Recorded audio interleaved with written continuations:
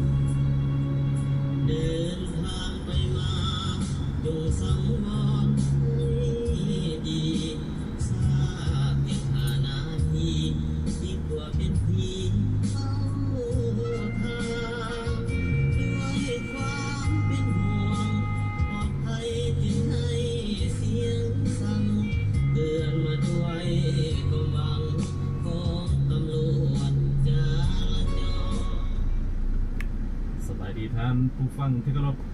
ขอต้อนรับทุกท่านขอต้อนรับประธานผู้กำกับของสู่รายการสัญจรทางสถานีวิทยุกระจายเสียงของการความสงบเป็น FM ของมีปัญหาในทุกสิ่งว่าผมกับรายการสัญจรย่ำแรงนะเวลา 16 โมง 17 โมงหรือว่า 4 โมงแรง5 โมงแรงครับสภาพอากาศคือว่าวันนี้ร้อนอบอ้าวสภาพอากาศวันนี้รู้สึกว่าเมื่อวานนี้ก็วันนี้เนาะเย็นแดดผ่านปลายมือผ่านมากกันฝนแรงนะฟังเลยคือว่าจะเตะมันไปเลยแต่ว่ากับโมเน่โมโน่ทางฟังโมเน่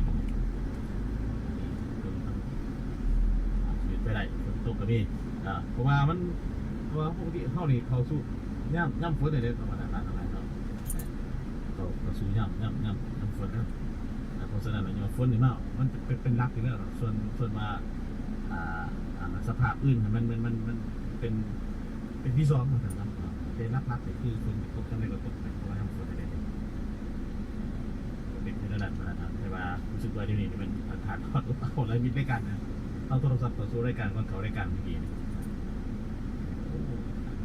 ฟังผิดเลยบางวันคนเขารายการผ่านจะนั้นสมองเลิกเวียกเลิกการบรรดาทานทั้งหลายสภาพการสัญจรการจราจรเวลาติดขัดกับการหน้าแดดแต่เริ่มเวลา 16 โมงเริ่มเป็น 4 โมงแรกเราก็จะไปจะเป็นพอด6 โมงแรกระยะ2 ชั่วโมงเราบรรดาทานมันจะมีปัญหา2 ชั่วโมงระยะ2 ชั่วโมงเนี่ยเพราะว่าเราใส่รถใส่ถนนในเวลาค่อนข้างจะในเวลาในระยะ2 ชั่วโมงนี่เริ่มของที่เห็นในการจราจรในไม่กี่คนจุด3 แยก 4 แยกจุดวงเวียนมันมีปัญหาการจราจรทุกท่านมีในการทางโทรศัพท์สามารถแจ้งมาการจราจรที่คัดตลอดจะมันอยู่ทัดลงปลาดลงปลาดโอ้ยติดขัดเนี่ยเนาะส่วนชั่วโมงปีเปิดมันจะติดขัดมาตั้งแต่คนแรกตั้งแต่ทั้งวัดบันไฟจนมาหอด3 แยกลงปลาด3 แยกลงปลาดมาแล้วก็ไปหาทั้งแถว3 แยกคู่เวียง3 แยกคู่เวียงจุดดังกล่าวฝั่งการจราจรค่อนข้างจะมีปัญหาเนาะตอนเสาร์ตรงไหนถึงทางมันก็บริกวกพวกอะไรสไลด์เกิดการทำใส่รถใหญ่ไม่เป็นรถใหญ่มาปัญหาอะไรการสิรายงานถึงท่านครับพูดว่าโอเคทั้งเมืองศรีสัตนาเนาะการจราจรทั้งเมืองศรีสัตนาเนี่ยมันจะมีจุดที่ผมนำเสนอไปก็คือจาก4 แยกตัดเท้ามาหาทั้ง3 แยกวงเวียนคู่เวียนนะครับซินเตอร์มาหาดุปรานเขตมหาเสือตัวเซบันไฟยังตัวเซตุนนะเพื่อนเศรษฐาขั้นจะเป็นอยู่แถวสะพานท่องสะพานท่องเลยมีจุดตลาดด้วยบรรดาทานด้วยมาหาโฮโมหอยสามตำเองสิเลยมาจากว่าทางลงไปทุ่งเย็นเราลุกขุมเขียนต้นไม้เราลุกขุมจากที่3 แยกเก่ามหาสารแยกทำแค่พุ่งโมหอยซ้ำพุ่งกระเป๋าอะไรกับตัวนาพุ่งโมหอยซ้ำมาหาตลาดสะพานท่องในการตัวประวัติ3 แยกคนท่านจาก3 แยกคนท่านเนี่ยลงไปที่ตรงนั้นเหมือนจุดก็คือการสัญจรอย่างเป็นดูถ้าแม่มันละตลาดนั้นจนไปพอดใส่กันได้ตัวเนี่ยส่วน3 สิงหาอ้าวจะมาขิวด้วย ที่มันติดขัดนักหน่วงที่รถมีการจอดอยู่แคบถนนอย่างประมาณก็คือแถวถนน งานเราจีสิตามกัน เดือดมาลายมานะครับสองฝากทางเลย ที่นี่นี่ปะ มาในมีป้ายติดตั้งเพื่อว่าให้จอดทั้งสองฝากทางพร้อมกันคือป้ายวันจีคุณครูถึงว่าจะมีป้ายก็ตามแต่ครูก็กี้ห้องก็ยังคือว่าจะมีการระบุจอดทั้งสองฝากทางในหมู่เดียวกันถึงมาทางเจ้าหน้าที่ตำรวจจราจรทั้งเมืองศรีสัตนาในที่ตามกฎการนี่จะบอกกับก็กี้ยับจ่ายใส่ช่วยมีแบบมีสมาตรการสุดท้ายกับมันเมื่อยบอกเลยล็อกและรอรถตัวเดียวแบบนั้นครูก็กี้เขาก็มีปัญหากันอย่างนั้นระยะผ่านมาของเขาเลยมีการชี้แจงอยากจะแจ้ง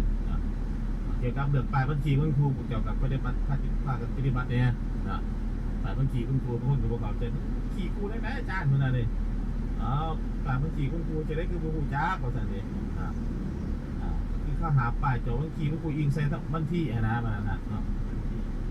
วันนี้วันที่เท่าไหร่วันที่2เดือนก็มันเป็นวันครูทำจอบัญครูทำไปจอบัญชีแค่อื่นเป็นวันที่3มันขี่หาจอบัญชีอื่นกับมันจอบัญครูมันสลับกันนะเพราะว่าจุดพิเศษก็เขาสิต่างป้ายตัวนี้เลย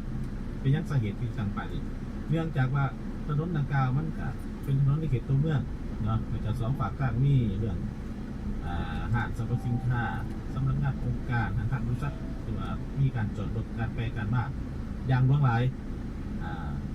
เพื่อให้รถแล่นสะดวกแล่นสะดวกก็คือการจอดรถในตรงให้อยู่ในเบอร์ได้เบอร์หนึ่งในมือเดียวกันแต่บ่ให้จอดพร้อมกันในมือเดียวกันเนาะให้ท่านผู้ฟังเข้าใจว่าการขยายเส้นทางการสร้างทางสร้างถนนขึ้นมาเนี่ยเพื่อให้รถแล่นสะดวกเพื่อจุดประสงค์เป้าหมายรถแล่นสะดวกโมเมนต์เพื่อจอดรถสะดวกไหมตรงในห้องตรงในหูจักเป้าหมายของมันการจอดรถสะดวกเป็นสถานที่จอดรถเป็นข้อสร้างสถานที่จอดรถเกิดมาเฉพาะเพื่อจอดรถสะดวกการจอดรถอยู่เขตมณฑลจอดรถเขาจะเห็นเป็นเสลียงนะเป็นสองเสลียงเขาเอาหัวเขาถ่ายออกอันนี้เขาจะเห็นแต่อยู่เดินจอดรถบนนี้มองหนึ่งอันนี้เขาเพื่อให้ได้รถจำนวนน้องหลายในการจอดจึงซุปหัวเขาซุปของลักษณะนี้แต่ว่ามันจะแตกต่างการจอดรถอยู่ตามพอกถนนใหญ่อยู่สิทางรถแล่นเขาก็ให้จอดรถปีนหัวเขาถ่ายออกหรือเสลียงกับอะไรต้องในจอดรถเอาขาเขาคณะกับบอกทางเพื่ออย่างไรนะครับเพื่อว่ารถให้แล่นสะดวกนะจะได้ก็ตามเป็นรถต้องแล่นสะดวกก่อนมันมาเป็นเพื่อว่าต้องรถจอดรถสะดวกก่อนอันนี้เราต้องในเขาใจก่อนเพราะว่ามีบินในการถามมาอาจารย์นะครับอันจอดรถเขาหยุดรถจอดรถอยู่ถนนนี่กับจอดรถที่บนสถานที่จอดรถนี่มันคือลักษณะมันต่างกันประธานที่ก็เลยว่าสำหรับบนจอดรถเขาจะเห็นอะไรเพื่อยังถามขึ้นบนจอดรถเนี่ยเพื่อจอดรถสะดวกและได้รถจำนวนหลายคันให้เราเป้าหมายก่อนส่วนว่าถนนสร้างขึ้นมาเพื่อยังแล่นรถสะดวกเห็นป่ะเขาจะเอาผลประโยชน์เอาความสะดวกตัวนั้นขึ้นมาก่อนรถคือตัวอย่างเอาเป้าหมายของมันรถเนี่ยคือถนนแล่นรถสะดวกเอาตัวไหนมาก่อนส่วนว่าเจ้าสิยุดจอดรถที่ขางถนนเนี่ยก็สามารถยุดได้แต่ก็ให้ยุดบนที่มีความปลอดภัยบนที่อนุญาตเห็นบอกมันต่างกันได้จังหวะเป็นยังไงว่าก็สั่นว่าขันท่อสร้างถนนขึ้นมาเนี่ยเพื่อว่าจอดรถสะดวกเลยก็ป้ายบ้านขีกบ้านครูป้ายห้ามยุดห้ามจอดคือสีบุมีเนี่ยประดานะเพื่อสะดวกมันจะก่อนแล้วก็จอดแล้วแหละสว่างคันว่าอันนี้มันเบาความซื้อเบาความซอกันประดานะแต่ว่าเขาตรงในเขาใจเป้าหมายอันนี้สั่งเป้าหมายเปิดเสียงเนาะบอลจอดรถสถานที่จอดรถไปเดินบอลจอดรถบนฐานบนนี้สถานีสำนักงานองค์การเขาก็มีการจัดสรรบอลจอดรถซุปเขาไปมันก็เป็นเสลียงปิงหัวเขาปิงถ่ายออกอันนั้นเป็นเพื่อให้รถไปจุดนู้นหลายสถานที่บอลจอดรถได้นึงนี่มันเป็นจุดสงเขาไม่มาอันนี้ต้องเข้าใจเพราะว่าระยะผ่านมาเนี่ยพวกเขาเห็นเลยว่าอนุญาตให้จอดรถอยู่แคมป์ถนนปิงหัวเอาตัวมอยลายแล้วมอยจัดมีความสับสนเมืองไหนที่บ้านยังมีผู้ประกาศยกเลิกคือว่าผู้ขับขี่ผู้ใดยังมีการทางผ่านบริษัทตัวใดตลาดตะเล่ผู้ใดยังมีลักษณะแบบนี้ข้อให้เบิ่งขึ้นตื้มเลยเจ้าหน้าที่ภาคส่วนเกี่ยวกับเขาลงไปเกะไขด่วนเนาะ ก็จะเมนมามันสิมีความยุ่งยากซับซ้อนที่สุดนะแต่นอกน้ำใส่บุตรกว่าไม้มันนอกประดาฐานอะไรครับทั้งทานผู้ฟังโทรศัพท์ฟังเขามาตึมรายงานมาบอกว่าเมื่อกี้คนเขารายการสายที่ 2บอกว่าอาจารย์ได้ดีได้นี่มีคนเขาจะมาขายหอยโอ้ย่ามีหอยหลายเลยนะสำหรับเลยหอยจ้ามีหอยหน้าหอยโป่หอยยังหอยหวานบ่เขาเจ้ามาขายนี่แมนอยู่ทั้งหัวขวานับเตะบนตลาดเก่าอาณาอะไรยังหัวขวานี้จนไปหอด3 แยกป้อมตำรวจซึ่งก็จะมีทั้งขายหอยหน้าแล้วก็ขายอาหารบ้านหน้าตัวไปนะอาหารการอยู่กันกินส่วนไหนเป็นประเภทปูเภทปลาประเภทตัวหมอกตัวใหม่ต่างๆส่วนเป็นหอยภาษาเดและบรรดารถล่างพาหนะนี่พากันจอดสื่อเป็นเพจรถใหญ่จอดสื่อเครื่องสื่อต้องมีของกินนี่แหละเพราะว่าตัวสถานที่ดังกล่าวนี่เป็นหามนะท่านหามขายเครื่องแต่มีผู้ประกอบผู้มีขาเศร้าขายก็ต้องบอกผู้ประกอบการออกมาอันนี้เป็นหนาไหมผมเข้าไปสอบสวนทั้งสอบถามทั้งเจ้าหน้าที่ตำรวจจราจรเลยครับทั้งผักส่วนเกี่ยวกับในโลกไฟเกใครส่วนร้ายแต่ละรายที่ไปขายเครื่องนี่เป็นหนาไหมเด้ออาจารย์นาผู้เก่านี่เป็นถือปั๊บใหม่นี่เป็นเคล็ดลับแต่บางจำนวนนี่เป็นโบเคล็ดลับยังผ้ามูมาอยู่อันนี้ก็เป็นว่าทั้งผักส่วนทั้งเมืองใส่สินค้าเข้าเมืองตื่มเด้อตำรวจจราจรเลยก็ทั้งบ้านมีร้านผักส่วนในโลกเกใครซันมีทั้งทำการค้าคนติดตามกฎจารเติมมีดาโปกาเศร้าคล้ายเกี่ยวแข่งถนนบนจุดเสี่ยงจุดอันตรายนะให้เขาเลยเขาไปขายอยู่ในตลาดสาเนาะเป็นโบเป็นการอลังเปียกเขาแต่ไปจุดร่วมบนตลาดสบายตลาดหัวขวานี่แต่ว่ามีอยู่นะบนขายเครื่องนะเราพักคู่พากันไปขายมาขายแค่ถนนคนทางจังสิโอ้มันก็ยุ่งยากซับซ้อนเลยแต่บนต้องมีตลาดไปตลาดจะมากงอกส่วนพากันมาขายแค่ทางเบิดแล้วเป็นว่าไรผู้สนใจจะมาฝากส่วนนี้ผมก็เป็นขึ้นตัวปัญหาอย่างไม่น่าผู้ขายเครื่องนี่ก็เพราะว่าเขาจะเนี่ยมันคือดินบักรีกันในทุกมือเลยนะครับอยู่ที่ระเบิดระเบียบประเด็นเนาะเราจะมีลงไปมีการต่อไปมีการที่เช้าโฮมนะครับสีน้ำต้องการติดตามนะอันนี้ผมจะมีรายการทางโทรศัพท์เรารายงานเข้าสู่รายการส่วนตัวที่เก่าอย่างท่านเป็นเลยไปเทียมห้อยเนาะเรื่องเส้นสถานจุดหัวขวาเนี่ยมันจะว่ามันก็เลยบ่เลยเถื่อมันอันหนึ่งมันยังอันหนึ่งมันยังอันหนึ่งอยู่ทั้งหัวขวาเนี่ยมันไม่ต้องว่าเลยบ้านในพวกเขาเกย์ใครได้เนาะอันนี้อยู่บนตลาดหัวขวานี่ขายตะกี้ก็จะขายปลาหนิ่ว่าคือว่าทำเกี่ยวกับที่เขาเกย์ใครได้เลยจะต้องว่าจะเป็นว่าการให้อนุญาตสมรทานฝากรถบนตลาดหัวขวาก็คือในพ้นแล้วของเขาก็คือมาเกย์ใครได้แล้วจะมีการยกเลิกออกแล้วแต่ก็ยังมีการจอดรถลักษณะคือเก่าอยู่อันนี้ฝั่งต้นเจ้าหน้าที่ตำรวจจราจรทั้งบ้านใช้เส้นทางเขาเติมปีนี้คือว่าพวกกันจอดรักษาอยู่ทั้งที่ว่าได้มีป้ายห้ามหยุดห้ามจอดแล้วเลยก็เกี่ยวกับการทำฝากนั้นจะเป็นในยกเลิกแล้วแต่ว่าผู้ที่ไปตลาดยังมีการจอดรถอยู่บ่องเก่าลักษณะแบบเก่าที่ไทยกีดขวางการจราจรอยู่ก็จะได้อันนี้พวกเขารายงานหาทางเจ้าหน้าที่ตำรวจจราจรส่วนเกี่ยวกับเท่านี้ใน2 อาทิตย์ผ่านมาคือว่าวันที่ปฏิบัติก็จะได้เติม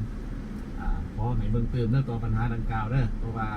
เฮาเก๋ใครได้เบื้องต้นได้เลยเพราะเขาจะมาป้าจังสิบ่ได้ได้ขาดผู้ใดยังพาฟื้นเนี่ยล็อกรถนะกระเจล็อกรถมันบ่พ่อมันบ่พ่อเดี๋ยวไปยืมเมืองอื่นมาตื่มใส่มันมาอย่างสารลายเลยอันนี้ก็ถือว่าต้องเอาจะใส่เติมได้แนวล็อกรถเด็กก็โอ้ทางเจ้าหน้าที่เขาก็ได้ช่วยรายงานมาอยู่ตัวรายการนี่ผู้ขับขี่นะจอดรถประมาณไปยัง4-5 คัน 6 คัน7 คันมีหมดนะเจ้าหน้าที่ก็ถือไปเป็น3 อันจ้าแนวล็อกรถนะเป็นล็อกรถปั๊บเดี๋ยวจะ3 คันเรือนะก็4-5 คันออกมามันคันนั้นจะคือมันล็อกแน่เพราะว่าคันมันเบิดอันนั้น ก็เลยว่าเกิดมามีการสมเทียบคือหลอกกับรถขายรถคันนั้นคือหลอกจังสี่ดาวนะว่าการที่เจ้าหน้าที่จะปรับใหม่หรือโบแมนว่าจะต้องในล็อกเราก่อนเพื่อปัจจัยของผู้ขับขี่ผู้ที่ถึงปรับใหม่ให้นะ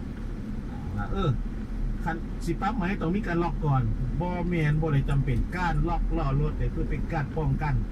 ในกรณีว่าเจ้าหน้าที่อาจจะบอยู่นั่นก็จะล็อกปลาไว้แต่ถ้าหากว่าจะรถคันนั้นถึงว่าจะบล็อกเอารถก็ตามเมื่อว่าเจ้าหน้าที่เห็นเจ้าของรถกำหันหรือว่ามีการเห็นเขาเขียนอะไรเนาะรถติดตามเขาจะในบ้านที่เขาจะเขียนใบสั่งติดไปเลยหรอนายเสียนั่นเป็นเขาบอกล็อกเรารถนะอันนี้เราจะมาเกี่ยวกับเรื่องการที่จะปรับไม้กับผู้ขับขี่ที่ไปจอดพิษป้ายจราจรนะบอจำเป็นมันจะต้องมีกระเจไปล็อกล้อรถเลยจริงๆมาปรับไม้พอแม่นแนวนั้นนะอันนี้ความเข้าใจของผู้ขับขี่ระยะผ่านมานะก็เลยโทรศัพท์เขามาหารายการผมงานนั่นเองเขาเจ้าปรับไม้น้องคนนั้นเลยตำรวจปรับไม้แต่ว่าตำรวจพวกมีกระเจมันมาเอากระเจยังไงเนาะกระเจล็อกเราไม่ต้องล็อกก่อนที่จะไปมาปรับไม้เลยว่ะโอ้โหมันโมเมนต์ต้องมาใส่กระเจก่อนสิมาปรับไม้นะเนาะมันจะเป็น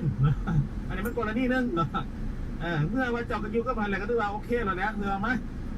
สอบถามเอกสารพี่วะอันนั้นอันนี้นี่ใส่ขอหาเลยนี่เจ้าจอดรถพิษระเบียบนี่เขียนใบสั่งอะไรนี่โอ้จะเป็นมันจะมาใส่กระเจใส่เพื่ออย่างกระเจนะเจ้าอยู่ก็มาเดี๋ยวคือว่าอันนี้กรณีที่ว่าเจ้าหน้าที่ไปกวดกาแล้วผู้เห็นผู้กับเจ้าของรถ